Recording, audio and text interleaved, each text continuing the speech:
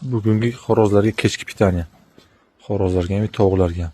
Tuxum, karam, piyoz, 2 xil sabzi, snok, lavlava, turp, zelinlar. 4 xil zelin. Bularni o'tkazib oldik. Endi mana bu zelinlarni o'tkazib olamiz. Zelinimizdan tayyor bo'ldi. Aralashtiramiz.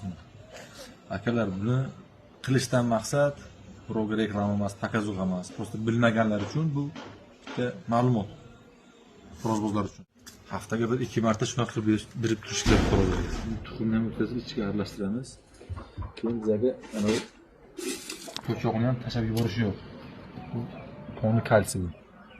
Xorozlarda bu joyga vahshiy bo'lmaydi. Shunga buni ham maydalab ichiga solib yuboramiz.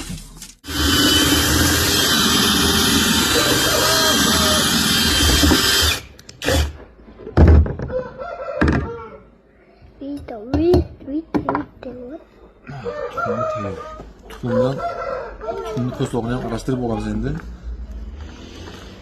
Shundan salat tayyor. Salatni udarib bo'ldik.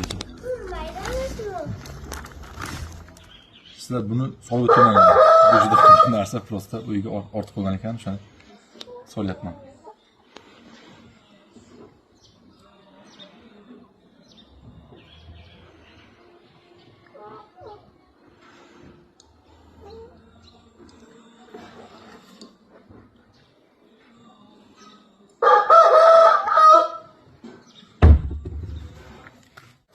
Canavarlarga ham bermayman.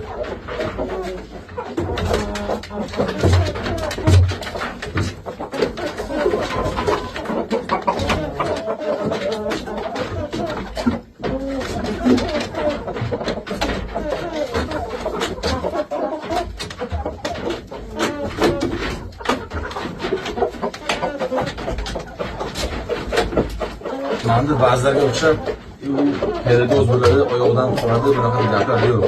Ovqatni beraman, to'yguncha oldiga to'kib qo'yaman. Yeganini yeydi, yemagani qoladi.